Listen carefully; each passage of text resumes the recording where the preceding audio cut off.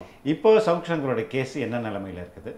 So அவருடைய main demand என்னவா இருக்குது? இதில் வந்து இந்த 17 கேஸ் சுப்ரீம் கோர்ட்டில் போடும். அவங்க சொல்கிறாங்க, அப்போ எதிர்த்தரப்பில் வந்து ஸ்டேட் வருது, மாநில அரசு சொல்லுது எனக்கு கொஞ்சம் அவகாசம் கொடுங்க. அதான் சுப்ரீம் கோர்ட்டு கேட்குது, இது எல்லாமே வந்து ஒரு வீடியோவுக்கு எகேன்ஸ்டாக போட்டதா இல்லை வேறு விஷயமானு. ஸோ நமக்கு தெரியும் எல்லாமே வந்து ஒரு இன்டர்வியூ இல்லையோ காழ்ப்புணர்ச்சியில் போட்டது எப்படியாவது ஒரு ஒடுக்கணுங்கிறதுக்காக.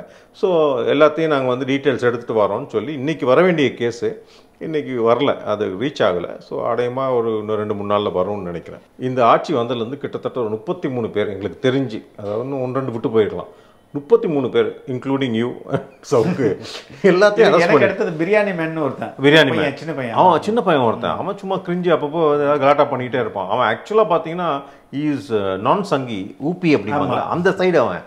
அவன் வந்து ஏதோ இவங்களுக்கு பாதகமாக சொல்லிட்டான்னா அவனையும் தூக்கி உள்ளே வச்சுட்டாங்க. ஐ திங்க் உள்ளே வந்து ஒரு உட்கட்சி பூசல் நடந்துகிட்ருக்கு. அதாவது டிஎம்கே ஐடிவிங்குக்கும் இந்த பக்கம் பார்த்தீங்கன்னா வாரிசுகளுக்கு இடையே வந்து போட்டி. இந்த அமைச்சரின் வாரிசு இந்த அமைச்சகத்தில் இருக்கார், இந்த அமைச்சரின் வாரிசு வந்து இந்த அமைச்சகத்தில் இருக்கார். அவங்களுக்கு வந்து ப்ராப்ளி நேரு கண்ணு பார்த்துக்கிறது இல்லை போல இருக்குது. அவங்களுக்குள்ள ஏதோ ஒரு புகைச்சல் இருக்குது. அது மட்டும் இல்லாமல் ரஜினிகாந்த் வேறு நடுவில் வந்து கொளுத்திட்டு போயிட்டார். அதாவது பெருசெல்லாம் ஒதுக்கிங்க, சின்னவங்க வந்து நாட்டை பார்த்துக்குவாங்கன்னு. சின்னவங்க நாட்டை பார்த்து நம்ம வந்து வருத்தப்பட வேண்டியிருக்கு. அதாவது பெரியவங்க இருந்தால் கூட அட்லீஸ்ட் ஓரளவு சால்வேஜ் இருக்கும். இந்த சிறியவர்கள்லாம் சேர்ந்து ஒரு கோமாளி கூத்தா போயிட்டுருக்கு. மகாவிஷ்ணு விஷயத்தை எடுத்துக்கிட்டிங்களானே சரி, அவன் ஒரு மனநிலை பாதிக்கப்பட்டவனே கூட சொல்லாமே. அவன் என்ன பேசுகிறான், வந்து ஏதோ பேசிடுறான், ஏதோ மூட நம்பிக்கையாக பேசிடுறான். சரி, அதோட தீர்த்து முடிக்காமல் அதை வந்து பெரிய லெவலில் கொண்டு போனாங்க பார்த்துங்க. அதுதான் எங்களுக்கு சந்தேகம் வந்துச்சு, தேர் சம்திங் ராங். இந்த லால்குடியில் 17 வயசு ஒரு குழந்தை ஒன்று, அது வந்து குழந்தைன்னு நான் சொல்கிறேன் ஏன்னா நமக்கெல்லாம் அந்த வயசில் குழந்தை இருக்குது. ஸோ ஐடிஐயில் படிக்கிற பொண்ணு, அதை வந்து டோல்கேட்டுக்கு எங்கேயோ கடத்திட்டு போயிட்டு அதை கல்யாணம் பண்ணுறேன்னு சொல்லிட்டு அதை இவன் வந்து பல பேரோட சிலம்பரசன் 4 பேர் சேர்ந்து அந்த பொண்ணை கற்பழிச்சு அதை வீடியோ எடுத்து பயமுறுத்தி, இது வந்து ஏப்ரல் 13 நடந்திருக்கு, இப்போ தான் வெளியே வருது. இந்த விஷயம் வந்து தொடர்ந்து அந்த பொண்ணை வந்து இந்த மாதிரி பாலியல் இதுக்கு உட்படுத்தியிருக்காங்க.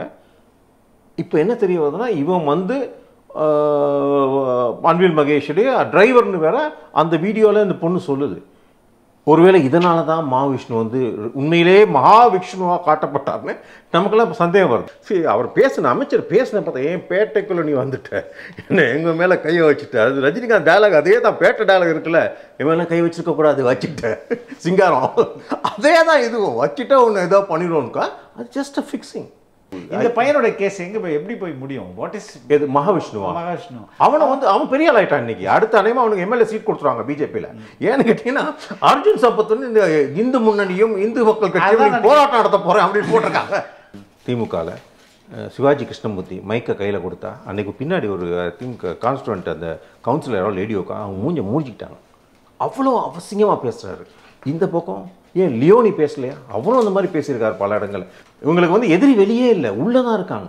இப்படியெல்லாம் அவ்வளோ நிலவையில் இருக்கையில் இந்த கார் ரேஸ்லாம் தேவையா? அதாவது உலகமே அவரை பெரிய ஒரு ஏன்னா இவரை சாணக்கியனாக பார்க்குது, அப்படி விஸ்வகுரு அப்படின்னு சொல்லி அவர் இந்த சீன்லாம் போட்டு அந்த சீனை வந்து நீங்கள் லோக்கல் லெவலில் நீங்கள் இப்போ ரீஜனல் சேனலில் காமிக்கிறீங்க. அது சினிமானா நீங்கள் யூடியூப் சேனல் காமிக்கிற மாதிரி இது சீரியல் கொண்டு போய்ட்டு முதல்வர் வச்சு ஆக்சுவலாக இது வந்து உங்களுக்கு முரணா தெரியலையா? இப்போ 4வது தூண் வந்து கிட்டத்தட்ட ஒளிந்து விட்டது தான் சொல்லணும் தமிழ்நாட்டில். ஏன்னா இவ்வளோ பெரிய பிரச்சனை நடந்திருக்கு, இத்தனை ரேப் நடக்குது, இத்தனை கொலைகள் நடக்குது, ஏன் பேச மாட்டேங்கிறாங்க? நான் கேட்க வேண்டிய நியூஸ் 18க்கு என்ன அதளவுக்கு தாக்கம் இல்லையா? அம்பானி ஊடகம் இவ்வளோக்கும் ஓகே. 2வது தந்தி என்ன தமிழ்நாட்டிலே பெரிய ஊடகம் என்ன. 3வது புதிய தலைமுறை நியூஸ் 7. என்ன ஆச்சு உங்களுக்கெல்லாம்? ஏன் பேச பயப்படுறீங்க? ஸோ அவங்க அதெல்லாம் மாற்றிக்கிட்டா ஒழிய இது வந்து எடுப்படாது. ஏன்னா மக்கள்கிட்ட வந்து போய் சேரவே மாட்டேங்குதே. அப்படி போய் சேர யூடியூப் சேனலே மூடிடுறாங்க.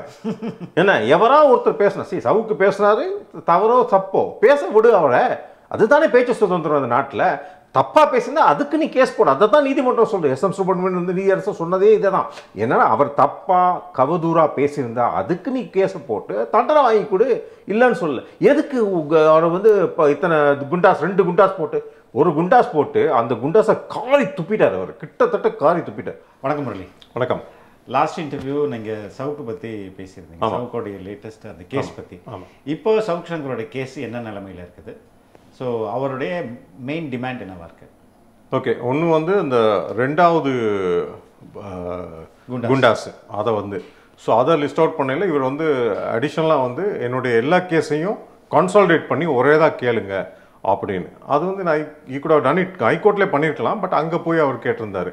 ஸோ அதை ஹைகோர்ட்டில் ரொம்ப டைம் எடுத்தாங்க அப்படின்றதுக்கான ரீசன்ஸ் அதில் பார்த்தீங்கன்னா நானும் ஒரு பில் ஒன்று போட்டிருக்கேன். இந்த மாதிரி விஷயங்கள் வந்து ரொம்ப டிலே பண்ணுறாங்க கோர்ட்ஸ். லோவர் கோர்ட்டில் வந்து பெயிலே வந்து கொடுக்க மாட்டேங்கிறாங்க. ஆக்சுவலாக அந்த பெயிலுங்கிறதே வந்து அதாவது ஏற்கனவே சுப்ரீம் கோர்ட்டில் வந்து இவர் சொல்லியிருந்தார், யார் chief justice, fail is the norm, இதுதான் எக்ஸப்ஷன், ஜெயிலு தான் எக்ஸப்ஷன்.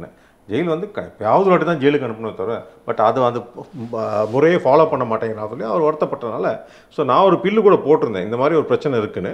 அப்போ நீதியரசர் ஜெயச்சந்திரன் கூட அதை வழிமொழிந்த மாதிரி அவர் ஒரு கேஸில் சொல்கிறாரு, 2 மாதத்தில் இந்த ஹெச்சிபி ஆட்கொணர்வு மனு, அதாவது ஹேபியஸ் கார்பஸ்லாம் வந்து கேட்டு உடனே தீர்ப்பு கொடுக்கணும் அப்படின்னு சொல்லி அவர் ஒரு ரிக்வஸ்ட் வைக்கிறாரு சீஃப் ஜஸ்டிஸுக்கு. அப்போ வந்து mister Mahadevan acting chief justice இருந்தார், அவர் கூட சொல்கிறாரு. ஸோ எல்லாமே பல தரப்பில் இந்த இது கேட்குறாங்க, பட் இருந்தும் வந்து டிலே ஆகுது. ஸோ அதுதான் வந்து என்னுடைய கேஸ் வரையிலாம் ப்ராப்ளி நம்ம வாதாடினா அதுக்கு ஒரு தீர்வு கிடைக்கும். பட் இதில் வந்து இந்த 17 கேஸ் சுப்ரீம் கோர்ட்டில் போடும். அவங்க சொல்கிறாங்க அப்போ எதிர்த்தரப்பில் வந்து ஸ்டேட் வருது, மாநில அரசு வருது, எனக்கு கொஞ்சம் அவகாசம் கொடுங்க. அதான் சுப்ரீம் கோர்ட்டு கேட்குது, இது எல்லாமே வந்து ஒரு வீடியோவுக்கு எகென்ஸ்டாக போட்டதா இல்லை வேறு விஷயமானு. ஸோ நமக்கு தெரியும் எல்லாமே வந்து ஒரு இன்டர்வியூ இல்லையோ காழ்ப்புணர்ச்சியில் போட்டது எப்படியாவது ஒரு ஒடுக்கணுங்கிறதுக்காக. ஸோ எல்லாத்தையும் நாங்கள் வந்து டீட்டெயில்ஸ் எடுத்துகிட்டு வரோம்னு சொல்லி இன்றைக்கி வர வேண்டிய கேஸு இன்றைக்கி வரல, அது ரீச் ஆகலை. ஸோ அடையமாக ஒரு இன்னும் 2-3 நாளில் வரும்னு நினைக்கிறேன். இன்னொரு முக்கியமான டெவலப்மெண்ட்டை இன்றைக்கி இப்போ நடந்தது வந்து இந்த என்ன சொல்கிறது, மகாவிஷ்ணு அப்படின்றவரோட கைது. அது அந்த கைது தேவைதானா? அந்த கைதுக்கு பின்னாடி என்ன இருக்கு? என்னோட ஃபர்ஸ்ட் அந்த அரெஸ்ட் பற்றி உங்களுடைய ஒப்பீனியன் என்ன? ஃபர்ஸ்ட்டு என்னுடைய கேஸ், நான் அந்த பப்ளிக் இன்ட்ரெஸ்ட் பொதுநல வழக்கே இந்த ஆட்சி வந்ததுலேருந்து கிட்டத்தட்ட ஒரு 33 பேர் எங்களுக்கு தெரிஞ்சு, அதாவது 1-2 விட்டு போயிருக்கலாம், 33 பேர் இன்க்ளூடிங் யூ சவுக்கு எல்லாத்தையும் எனக்கு அடுத்தது பிரியாணி மேன் ஒருத்தன், பிரியாணி மேன் சின்ன பையன், அவன் சின்ன பையன் ஒருத்தன், அவன் சும்மா கிரிஞ்சி அப்பப்போ ஏதாவது கலாட்டா பண்ணிக்கிட்டே இருப்பான். அவன் ஆக்சுவலாக பார்த்தீங்கன்னா இஸ் நான் சங்கி ஊபி அப்படிம்பாங்க அந்த சைடு. அவன் வந்து ஏதோ இவங்களுக்கு பாதகமாக சொல்லிட்டான்னா அவனையும் தூக்கி உள்ளே வச்சுட்டாங்க. ஸோ இந்த மாதிரி 33 பேரை உள்ளே வச்சுருக்காங்க. இது எல்லாமே வந்து டிசென்டிங், அதாவது அரசுக்கு எதிராக யார் கருத்து தெரிவித்தாலும் அவனை காலி பண்ணணும். அந்த ஒரு இல்லை இப்போ மகாவிஷ்ணுவை பொறுத்தவரையும் அரசுக்கு எதிராக அவர் எந்த கருத்து அதுதான் இல்லை. அவர் பேசினது டோட்டலி மொத்த அறிவியலுக்கு எதிரானது, மூட நம்பிக்கை, ரொம்ப இர்ரேஷனல்னு வச்சுப்போம், அதில் எந்த மாற்று கருத்துமே இல்லை. பட் அதுக்காக அரெஸ்ட் பண்ணுறது, அந்த வே ஹி வாஸ் அரெஸ்டட் இருக்குல்ல. சரி, 2 விஷயம். ஒன்று வந்து ஐ திங்க் உள்ளே வந்து ஒரு உட்கட்சி பூசல் நடந்துட்டு இருக்கு. அதாவது டிஎம்கே ஐடி விங்குக்கும் இந்த பக்கம் பார்த்தீங்கன்னா வாரிசுகளுக்கு இடையே வந்து போட்டி. இந்த அமைச்சரின் வாரிசு இந்த அமைச்சகத்தில் இருக்காரு, இந்த அமைச்சரின் வாரிசு வந்து இந்த அமைச்சகத்தில் இருக்காரு. அவங்களுக்கு வந்து ப்ராப்ளி நேரு கண்ணு பார்த்துக்கிறது இல்லை போல இருக்கு. அவங்களுக்குள்ள ஏதோ ஒரு புகைச்சல் இருக்கு. அது மட்டும் இல்லாமல் ரஜினிகாந்த் வேறு நடுவில் வந்து கொளுத்திட்டு போயிட்டாரு. அதாவது பெருசெல்லாம் ஒதுக்கிங்க, சின்னவங்க வந்து நாட்டை பார்த்துக்குவாங்கன்னு. சின்னவங்க நாட்டை பார்த்து நம்ம வந்து வருத்தப்பட வேண்டியிருக்கு. அதாவது பெரியவங்க இருந்தால் கூட அட்லீஸ்ட் ஓரளவு சால்வேஜ் இருக்கும். இந்த சிறியவர்கள்லாம் சேர்ந்து ஒரு கோமாளி கூத்தாக போயிட்டுருக்கு.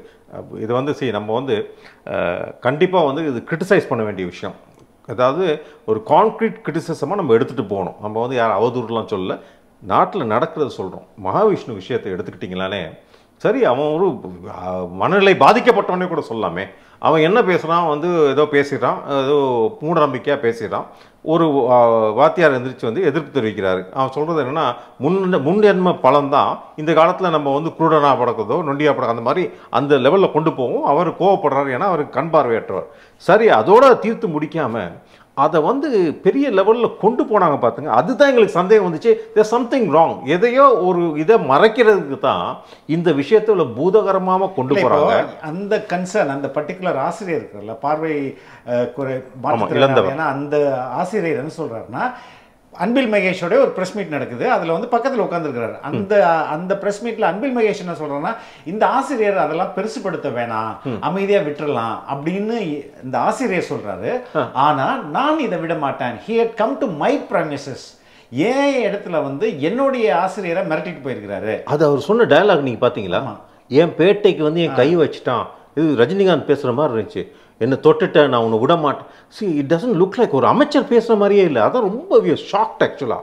சி இத்தனை வருஷங்கள் நீங்கள் வந்து திராவிட கழகத்துலேயும் இத்தனை அமைச்சர்கள், கலைஞர், அப்புறம் இப்பயே இருக்க நேரு, மற்ற நம்ம கன்சர்ன் விக்டிமே வந்து இல்லைங்க மன்னிச்சு ஆமாம் மன்னிச்சு விடுங்க, இல்லை நீ எதுக்கு இவ்வளோ பெருசு படுத்தணும்? அதுவும் பெரிய கோமாளி குத்துன்னா ஏர்போர்ட்டில் வந்து அவன் ஆஸ்திரேலியாவிலேருந்து வர்றேன்னு சொல்லி 100 போலீஸார்கள்.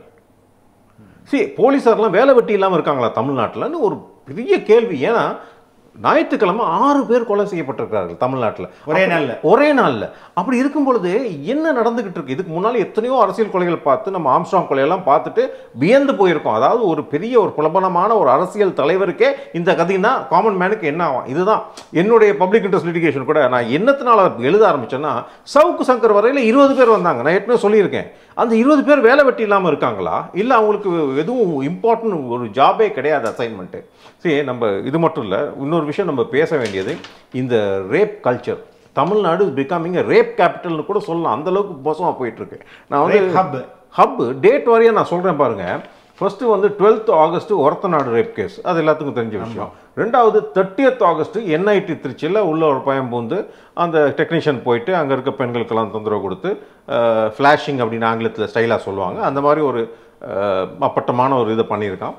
அதுக்கு வைஃபை ரிப்பேர் பண்ண போனோம், வைஃபை ரிப்பேர். அப்புறம் 31st ஆகஸ்ட் 31 ஆகஸ்ட்டில் 10 வயசு சின்ன பொண்ணை என்ன பாலியல் வன்கொடுமைக்கு ஆளாக்கி அது வந்து சாதாரண கூலி வேலை செய்கிறவங்க அப்பா அம்மா போலீஸில் கம்ப்ளைண்ட் கொடுத்தா எடுத்துக்கவே இல்லை. கடைசியில் என்னென்னா அந்த ஆளை அடித்து அப்பனை போட்டு அடித்து ஸ்டேஷனில் வச்சு அம்மாவை வந்து நீ வந்து கேரக்டர் சரியில்லை அப்படின்னு அம்மா வேற தூற்றி ஒரு கேவலமான நிலைமைக்கு அந்த குடும்பத்தை சித்தரிக்க, அந்த பொண்ணையே வந்து ஒரு கேவலமாக சித்தரிச்சு ஒரு ஆக்சுவலாக வந்து என்னென்னா சொல்லியிருப்பாங்க போல இருக்கு, எஃப்ஐஆர்லாம் குறைச்சிடணும், அந்த க்ரைம் வந்து நீங்கள் ரிப்போர்ட் பண்ணால் தானே க்ரைம் ரெக்கார்ட் ஆகும். ஸோ எஃப்ஐஆரை நீங்கள் போடலன்னா க்ரைம் ரிப்போர்ட் ஆகலைன்னா க்ரைம் குறைஞ்சிருச்சே இருக்கும். அந்த மாதிரி ஏதாவது ஒரு மாய தோற்றத்தில் இருக்காங்களான்னு தெரியல. It looks like that. இவங்க பண்ண விஷயம் அந்த மாதிரி இருக்குது. அப்புறம் வந்து 3வது செப்டம்பரில் 3rd செப்டம்பருக்கு எலிமெண்ட்ரி ஸ்கூல்னு அம்மா நடத்துகிறாங்க. இது இப்போ வந்து நீங்கள் கடைசியாக சொன்ன அந்த 10 இயர் ஓல்டு மட்டும்தான் சென்னை, மற்றதெல்லாம் திருச்சி, தஞ்சாவூர், அந்த டெல்டாவில் தான். அது வந்து இப்போ 3rd செப்டம்பர் வந்து இந்த எலிமெண்ட்ரி ஸ்கூல் அம்மா நடத்துகிறாங்க. பையன் வந்து டாக்டராக இருந்து இவ்வளவுக்கும் அந்த சின்ன குழந்தைகளை 5வது வரைக்கும் இருக்கும் குழந்தைகளை இந்த மாதிரி பாலியல் வன்கொடுமைக்கு உட்படுத்துகிறார். அப்புறம் 5th செப்டம்பர் வந்து பூதலூரில் 42 year old ஒரு லேடியை லிஃப்ட் கொடுக்குறேன்னு 2 பசங்க கொண்டு போயிட்டு. ஸோ இதெல்லாம் நடந்துக்கிட்டு இருக்கு. இது மட்டுமா ஒரு பக்கம் கொலைகள் நடக்குது, ஒரு பக்கம் ரேப் நடக்குது. இதெல்லாம் முடிஞ்சு போக என்ன இப்போ வெளியே வந்திருக்குன்னா, ஐ திங்க் மாரிதாஸுடைய வீடியோவிலேருந்து நம்ம என்ன தெரிய வருதுன்னா, இந்த லால்குடியில் 17 வயசு ஒரு குழந்தை ஒன்று, அது வந்து குழந்தைன்னு நான் சொல்கிறேன் ஏன்னா நமக்கெல்லாம் அந்த வயசில் குழந்தை இருக்குது. ஸோ ஐடிஐயில் படிக்கிற பொண்ணு அதை வந்து டோல்கேட்டுக்கு எங்கேயோ கடத்திட்டு போயிட்டு அதை கல்யாணம் பண்ணுறேன்னு சொல்லிட்டு அதை இவன் வந்து பல பேரோட சிலம்பரசன் 4 பேர் சேர்ந்து அந்த பொண்ணை கற்பழிச்சு அதை வீடியோ எடுத்து பயமுறுத்தி, இது வந்து ஏப்ரல் 13 நடந்திருக்கு, இப்போ தான் வெளியே வருது. இந்த விஷயம் வந்து தொடர்ந்து அந்த பொண்ணை வந்து இந்த மாதிரி பாலியல் இதுக்கு உட்படுத்தியிருக்காங்க. இப்போ என்ன தெரிய வருதுன்னா, இவன் வந்து அன்பில் மகேஷுடைய டிரைவர்னு வேற அந்த வீடியோவில் இந்த பொண்ணு சொல்லுது. ஒருவேளை இதனால தான் மகாவிஷ்ணு வந்து உண்மையிலேயே மகாவிஷ்ணுவாக காட்டப்பட்டார்னு நமக்கெல்லாம் இப்போ சந்தேகம் வருது. ஸோ இதை வந்து நம்ம கேட்க வேண்டிய கேள்வி. இப்போ இது ஒரு கான்ஸ்பிரசி தியரின்றதை தான் நான் புரிஞ்சுக்கிறேன். ஏன்னா இந்த ஒரு சைட் பார்க்கலாம், மகாவிஷ்ணு வந்து தன்னுடைய அந்த வெளியான வீடியோ இருக்குல்ல, அது வந்து மகாவிஷ்ணு தன்னுடைய கேமராவில் ஷூட் பண்ண ஒரு வீடியோ.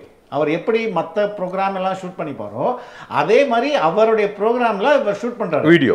அந்த வீடியோ எப்படி அவரே தானே லீக் பண்றாரு, ஒரு சர்ச்சையை கிரியேட் பண்ணி விடணும்னு அந்த பையனை தானே. அதுக்கு முன்னாடி நீங்க பாத்தீங்கன்னா அவர் போய் கேநேர்ல இருந்து பல அமைச்சர்கள் தங்கம் தென்னரசு அனைத்து பேரையும் ஒரு மீட் பண்றாரு. அன்பில் மகேஷ் ஆபீஸ்லயே போயிட்டு 2 பேரும் சிரிச்சுக்கிட்டு இருக்காங்க. என்ன இது உங்களுக்கு தெரியாம நடக்கும். போட்டோகிராஃப்ஸ் வந்து எல்லா தலைவர்கிட்ட யார் வேணா இருக்கலாம். அதை வந்து நான் என்ன சொல்றேன், இந்த மகாவிஷ்ணுவே தனக்கு ஒரு பப்ளிசிட்டி வேணும், சரி ஏன் இப்படி ஒரு சர்ச்சையை நம்ம கிளப்பக்கூடாது அப்படின்னு சொல்லியிருக்கலாம் இல்லையா? அந்த மாதிரி கூட இருக்கலாம். ஸோ பட் ஸ்டில் அதுக்கு வந்து இந்த அளவு ஒரு கடுமையான ஒரு போலீஸ்ல கொண்டு போயிட்டு 20 நாள் வந்து கஸ்டடி போட்டு 20 நாள் கஸ்டடி என்ன இருக்குது? இல்ல அதான் இதுதான் நம்ம வந்து உச்சநீதிமன்ற நீதியரசர் தலைமை நீதியரசர் சொன்னதை நம்ம இங்கே தான் சொல்லணும். அவர் என்ன சொல்றாருன்னா, கீழவை நீதிமன்றங்கள் பெயிலே கொடுக்க மாட்டேங்கிறாங்க, எடுத்தோன்னு ஜெயில். ஏன் அரசுக்கு பயப்படுறாங்களா? இதுதான். ஸோ நீதி வந்து சுத்தமாக வந்து காலியாகி விடுகிறது. ஸோ சாதாரண ஒரு மனிதனுக்கு அந்த அந்த அந்த கூலி தொழிலாளி தன் பெண் வந்து பாலியல் சீண்டலுக்கு உட்படுத்தப்பட்டார், அதுக்கு ஒரு எஃப்ஐஆர் போடுங்கன்னா அவனை போட்டு அடிச்சிருக்கானுங்கன்னா, ஸோ போலீஸ் மேலே இருக்கிற மரியாதை போயிடுச்சு சார். இதுக்கு மேலே நம்ம என்ன மரியாதை கொடுக்க முடியும் போலீஸுக்கு? 100 பேர் ஒரு அதுவும் ஆஸ்திரேலியாவிலேருந்து மகாவிஷ்ணு கோமாளி போய் வந்துகிட்டு இருக்கான், அவனை பிடிக்கிறதுக்கு 100 பேர். என்ன பண்ணுறீங்க நீங்கள்? இது நீங்கள் அவர் பண்ண தவறு பேசியது தான். அதுவும் இவ்வளோ பெரிய ட்ராமா தேவையா? அதுக்கு 100 பேர் போய் அவரோட பாயிண்ட் ஆஃப் வியூலேருந்து பாருங்களேன். C you called me to speak. ஆமாம், அதுக்கு முன்னாடி அந்த நிகழ்ச்சிக்கு முன்னாடி அந்த பையன் வந்துட்டு அந்த ஹெச்எம்கிட்ட பேசுறான், நான் எப்படி பேசுறது, என்ன மாதிரி எப்படியெல்லாம் எடுத்துப்பான். அது ஒரு பிரீஃபிங், ஸ்மால் பிரீஃபிங் நடக்குது. சி எந்த விதத்துலையும் அந்த அவனுடைய பேச்சை நம்மளால வந்து ஸ்கூலில் போயிட்டு இர்ரேஷனலாக பேசுறது வந்து தவறு. அதுக்கு இவங்க தானே கூப்பிட்டு வராங்க.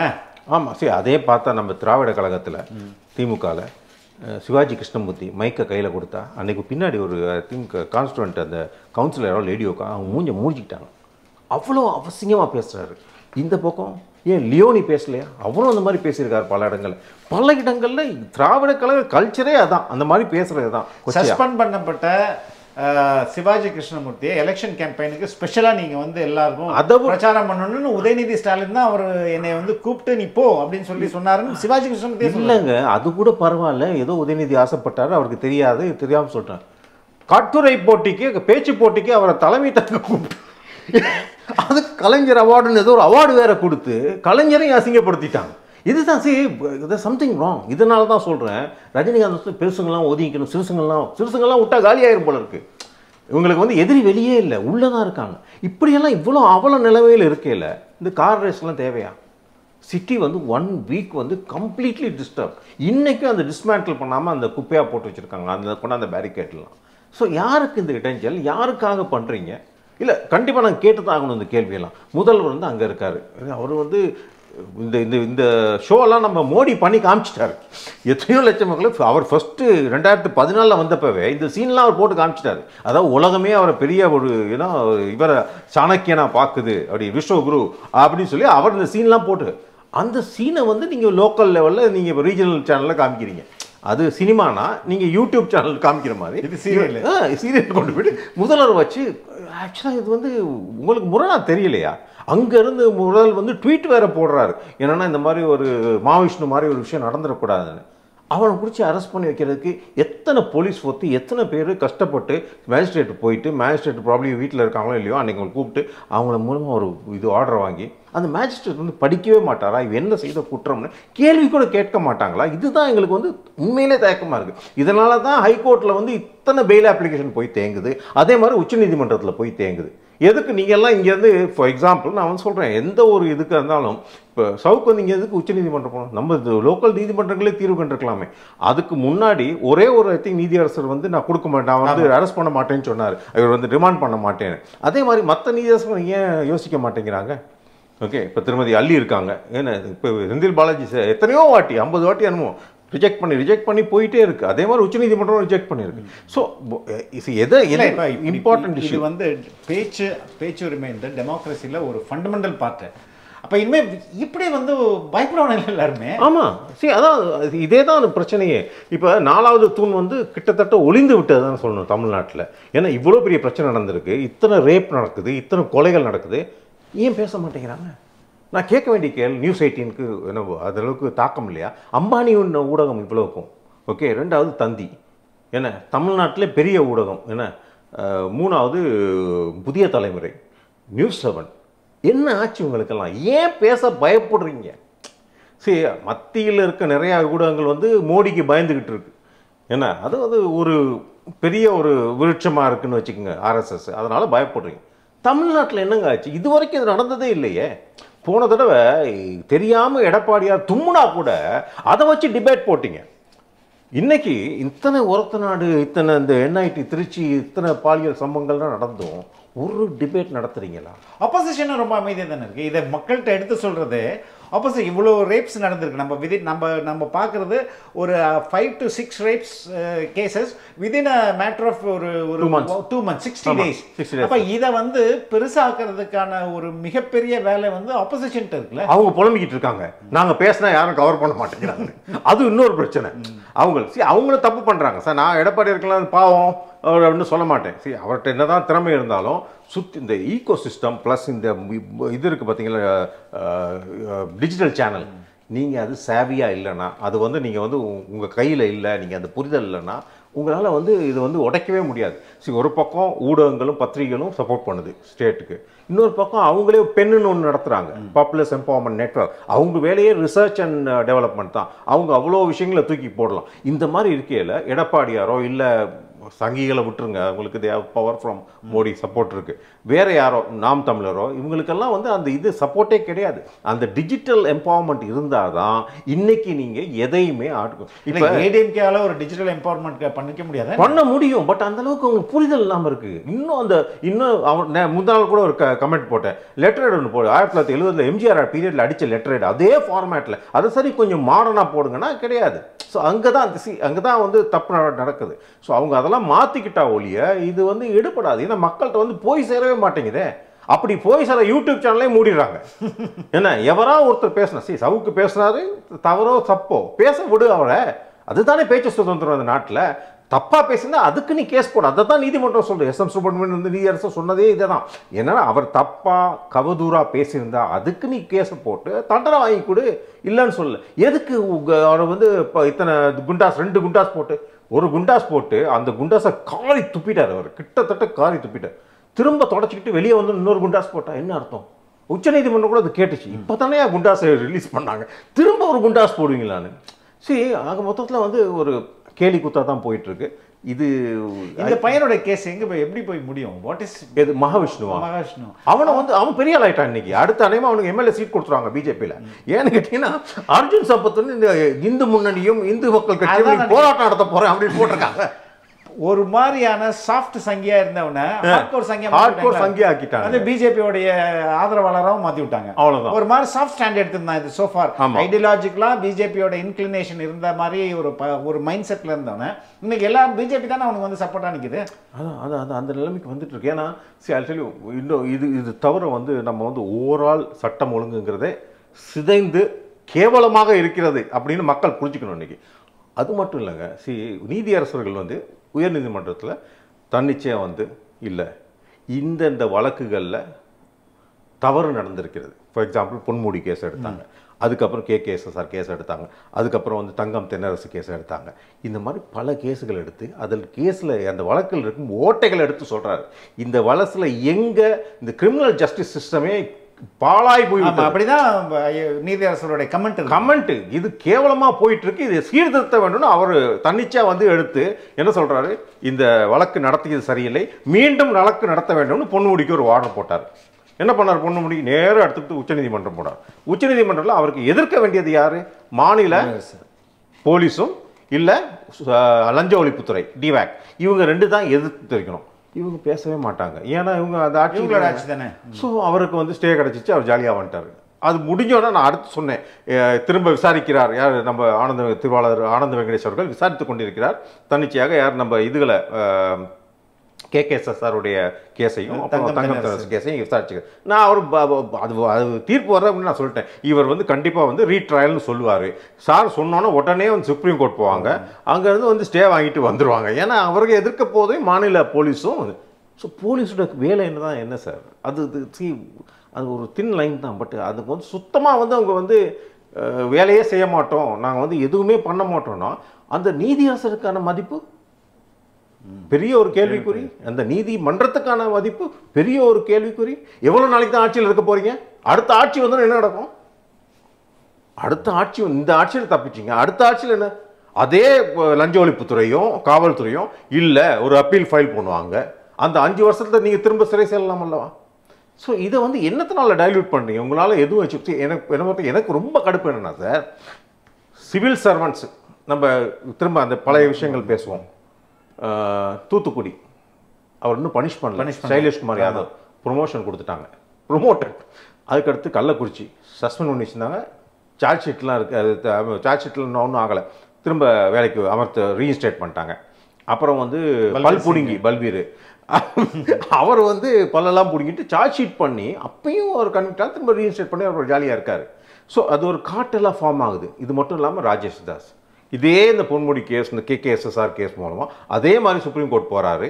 என்ன உயர்நீதிமன்றம் சொல்லிடுச்சு, நீ கன்விக்டடு, கீழே நீதிமன்றம் உண்மை தண்டித்திருக்கிறது, முதல்ல தண்டனையை அனுபவி, அதுக்கப்புறம் நீ பெட்டிஷன் ஃபைல் பண்ணு. தண்டனையை அனுபவிக்காம ஓடி ஒளிஞ்சிட்டு நீ வந்து பெட்டிஷன் போட்டிங்கன்னா நான் ஏற்றுக்க மாட்டோம் உயர்நீதிமன்றம் சொல்லுது. உடனே எடுத்து சுப்ரீம் கோர்ட் போகிறாரு. அங்கே வந்து எகேன் திரும்ப ஆமாம் எக்ஸ்பார்ட்டி தான், நம்ம போலீஸும் போகவில்லை, இவனு எக்ஸ்பார்ட்டின்ல ரெஸ்பாண்டே ஒழுங்காக பண்ணலன்னா அவங்க ஸ்டே கொடுத்தாங்க. அவர் வந்து இவ்வளவுக்கும் ஒரு பாலியல் சீண்டல் புரிந்த ஒரு IPS ஆஃபீஸர், இது எவ்வளோ கேவலம் பாருங்க, எவ்வளோ கேவலம் பாருங்க. அவங்க மனைவியே அவரை வந்து விவரத்தை பண்ணிட்டாங்க. இவ்வளோ கூட கேடுகட்ட மனுஷனே கிடையாது. 5 கோடி ரூபாய்க்கு வீடு வேற கட்டிட்டு இருக்காரு. இது ஒரு abuse of power and money. இப்படிப்பட்ட ஒரு போலீஸ் அதிகாரியும் அமைச்சர்களும் தண்டிக்கப்படவில்லை என்றால் இப்போ கோர்ட் எல்லாமே நம்ம மாதிரி இதை கம்பேர் பண்ணும்போது மகாவிஷ்ணுவை பார்த்தா எப்படி இருக்குது? அதுதான் சொல்கிறேன். இந்த லென்த்தி ட்ரையல், அதாவது இழுத்து இழுத்து இழுத்து சில கேஸ்லாம் வந்து 5 வருஷம் 10 வருஷம் அவன் கேஸ் போடாமல் தெரியாமல் அந்த நேரத்தில் அந்த ஜோஷில் கேஸை போட்டுறானுங்க. அப்புறம் அந்த கேஸுக்கு இழுபட்டு ஜவ்வு மாறி 10 வருஷம் அலைஞ்சு அதுக்கப்புறம் தண்டனை வந்து அவன் நாசமாக போய் இதுதான் நடந்துட்டு இருக்கு. அதாவது சாமானியனுக்கு தான் கோர்ட்டு கேஸு தண்டனை எல்லாமே. இந்த இழுத்து போடுற அரசியல்வாதிக்கும் சிவில் சர்வெண்ட்டுக்கும் இந்த இதே கிடையாதா? அவங்கெல்லாம் அப்பாற்பட்டவர்கள். அப்போ சொல்லிடுங்க, இவங்கெல்லாம் அப்பாற்பட்டவர்கள். யார்? அரசியல்வாதிகளும் IPS IAS IFS எல்லாம் சட்டத்துக்கு அப்பாற்பட்டவர்கள். அவங்க மேலே கேஸு கம்ப்ளைண்ட் எதுவுமே நாங்கள் எடுத்துக்க மாட்டோம் இனிமே அப்படின்னு பேசாமல் ஒரு சட்டசபையில் ஒரு சட்டத்தையே ஏற்றி விடலாமே. அப்போ நம்மளாம் வாய முடிக்கிட்டு இருப்போம், கேள்வி கேட்க மாட்டோம். இந்த பையனுக்கு அதிகபட்சமான தண்டனை எத்தனை வருஷம் கொடுத்துருப்பாங்க? I mean if he is convicted for this. யார்? இந்த மகாவிஷ்ணு. இது சார்ஜ் ஷீட் கூட போட மாட்டாங்க சார், இது தெரியும். திஸ் அவர் பேசின அமைச்சர் பேசின பார்த்தா, ஏன் பேட்டைக்குள்ளே நீ வந்துட்ட, என்ன எங்கள் மேலே கையை வச்சுட்ட. அது ரஜினிகாந்த் டயலாக், அதே தான் பேட்டை டயலாக் இருக்குல்ல, என் மேலே கை வச்சுருக்க கூடாது, வச்சுட்டேன் சிங்காரம், அதே தான் இதுவும். வச்சுட்டா ஒன்று ஏதோ பண்ணிடுவோம்க்கா, அது ஜஸ்ட் அ ஃபிக்ஸிங். இது வந்து அப்பட்டமான ஒரு அதிகார துஷ்பிரயோகம். That's the word, right? Misuse of power. என்ன இதை வந்து இப்போ நான் கேட்குறேன், நேரு இது பண்ணுவாரா? இல்லை நம்ம ஒரு அண்மையில் போய் தமிழிசை போயிட்டு அவள்கிட்ட போய் கேளுங்கன்ற அதாவது ஒருமையில் பேசுகிறாரு. இத்தனைக்கும் ஒரு கவர்னர், முன்னாள் கவர்னர், ஒரு சீனியர் பொலிட்டிக்கல் லீடர், அதை யாருமே பேசலையே. அதை விடுங்க சார். நம்ம இவர் இருக்கார், யார் காட்பாடி, இவர் நம்ம துரைமுருகன் அவன்லாம் இந்த மாதிரி யாராவது சீன்னா கூட, அது ரஜினிகாந்த் அழகாக சொன்னார், அவரை நீங்கள் எது சொன்னாலும் அப்படியா அவ்வளோதான், ரியாக்ஷனே இருக்காது. ஸோ அவங்க அந்த மாதிரி போயிடுவாங்க. At least seniors. ஜூனியர்ஸால் they not able to accept insult or defeat, இம்மீடியட்டாக ரியாக்ட் பண்ணுறாங்க. இப்போ சவுக்கும் திரும்ப சொல்கிறாரு, கார் ரேஸ் நடந்து முடிஞ்சதுக்கப்புறம் தான் என்னை வெளியே விடுவாங்கன்னு. அது உண்மையாயிருச்சுல்ல இப்போ. ஸோ யார்? So all this youngsters questionable. ஸ்டேட்டை நம்ம கேள்வி கேட்க வேண்டியது நமது கடமை. இல்லாட்டி 4வது துணை இருக்காதே. செக்ஷன் இது ஆர்டிகல் 19 ஃப்ரீடம் ஆஃப் ஸ்பீச், பேச்சு சுதந்திரம். நான் தப்பாக பேசக்கூடாது, நான் உன்னை திட்டக்கூடாது, அசிங்கப்படுத்தக்கூடாது, ஆனால் கேள்வி கேட்கலாம். கேள்வி கேட்கும் உரிமையை நீ எடுத்து விட முடியாது. அது என்னுடைய ஆக்சிஜன் மாதிரி. அதை எடுத்து விட்டால் நான் இறந்து விடுவேன், நீனும் இறந்து விடுவாய். ஸோ அது இருக்கணும். அந்த இதில் தான் மகாவிஷ்ணு வந்து இப்போ என்ன ஆகுனா, அநேகமாக அவனுக்கு பெயில் கிடச்சிடும் கண்டிப்பாக. இப்போ அதான் சங்கி ஆகிட்டான்ல. இப்போ நம்ம பால் கனகராஜா அநேகமாக அவர் அப்பியர் ஆவார், அடுத்து கிடச்சிரும், வெளியே வந்துடுவான். வந்தால் அவன் ஹீரோ ஆகிடும், அவ்வளோதான். நம்ம கார்த்திக் கோபிநாத் இந்த கோயிலுக்கு ஏதோ காசை கலெக்ட் பண்ணான். இன்றைக்கி அவனுக்கு வந்து பெரிய ஃபாலோவர்ஸ்லாம் இருக்கான், 40,000 பேர் இருக்காங்க. ஸோ அந்த மாதிரி அவனும் பாப்புலர்.